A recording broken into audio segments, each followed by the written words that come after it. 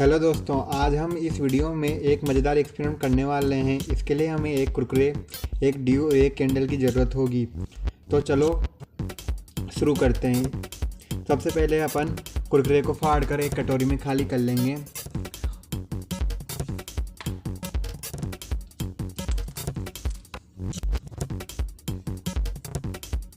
अब अपन इस कैंडल को जलाएंगे और कुरकुरे को इसके ऊपर जहाँ तक रखेंगे जहाँ तक ये जलने न लग जाए।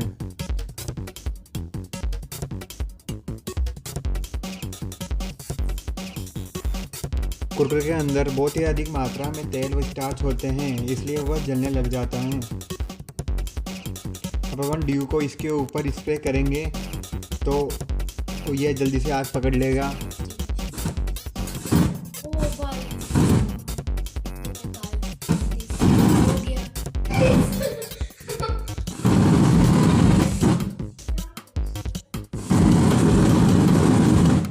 Thanks for watching.